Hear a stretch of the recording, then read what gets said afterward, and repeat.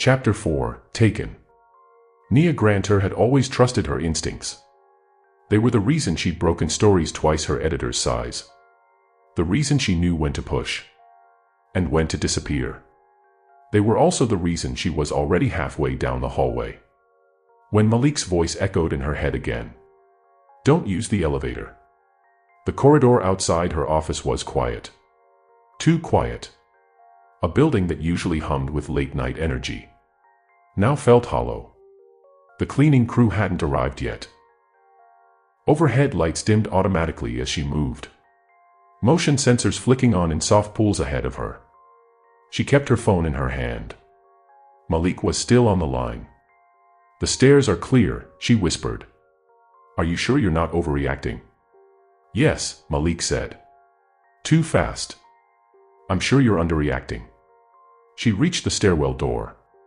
It didn't open. Nia frowned and pushed again. Nothing. That's weird, she murmured. It's usually. The lights went out. Not darkness. Emergency lighting snapped on instantly. But the sudden shift sent adrenaline spiking through her chest. Nia. Malik said.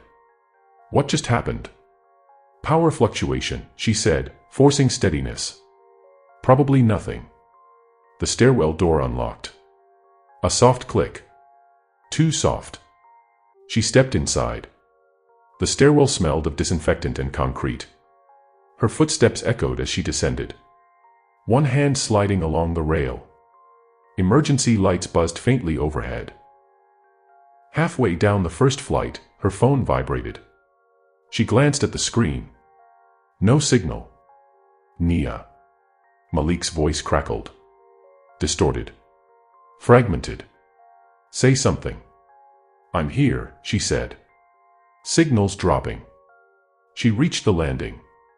That was when the door behind her closed. Not slammed. Sealed. Nia turned. The stairwell door was flush with the wall. No handle. No signage. Just smooth metal. Where metal shouldn't have been. Her breath caught. Malik, she said. Louder now. Something's wrong.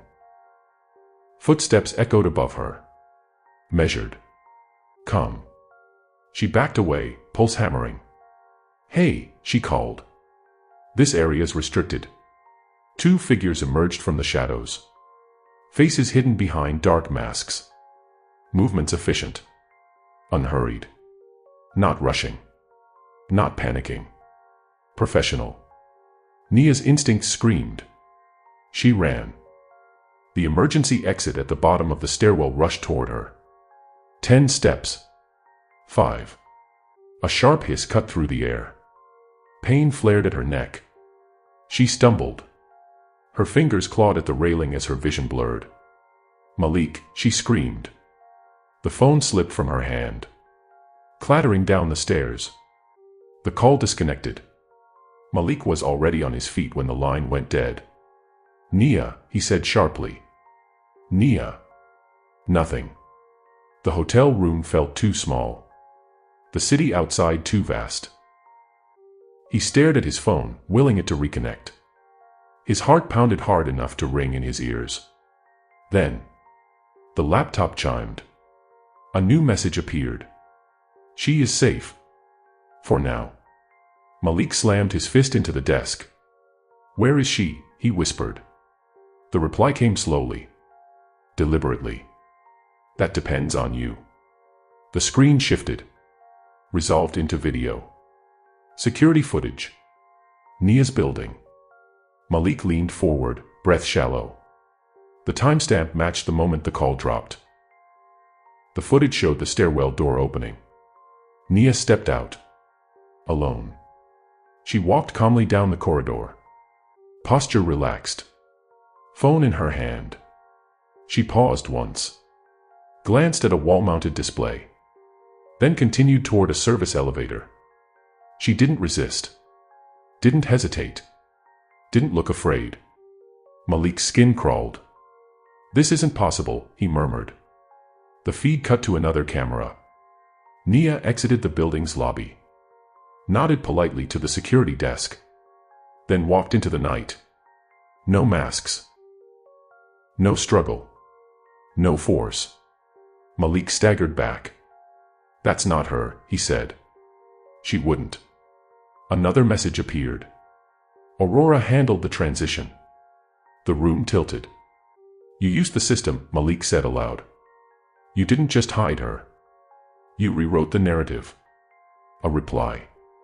"We used what you audited." The implication hit him hard. They knew. Not just that he'd found the backdoor, but how. Another message followed. "You will continue your work. You will not report what you found. You will do exactly as instructed." Malik's jaw tightened. "And if I don't?" The pause stretched longer this time. "Then the next footage will be less convincing." The screen went black. Malik stood alone in the darkened room. Outside, Dubai glowed. Traffic flowing smoothly. Drones moving in perfect formation. The city behaved exactly as it was designed to. Somewhere inside it, his sister had vanished. No witnesses. No evidence. No crime. Just clean data. Just compliance. Malik pressed his palms against the desk and forced himself to breathe. They hadn't just taken Nia. They had weaponized the city. And the worst truth, the one that hollowed him out, was this. Whatever had orchestrated her disappearance hadn't needed violence. It had simply asked the system to help. And the system had said yes.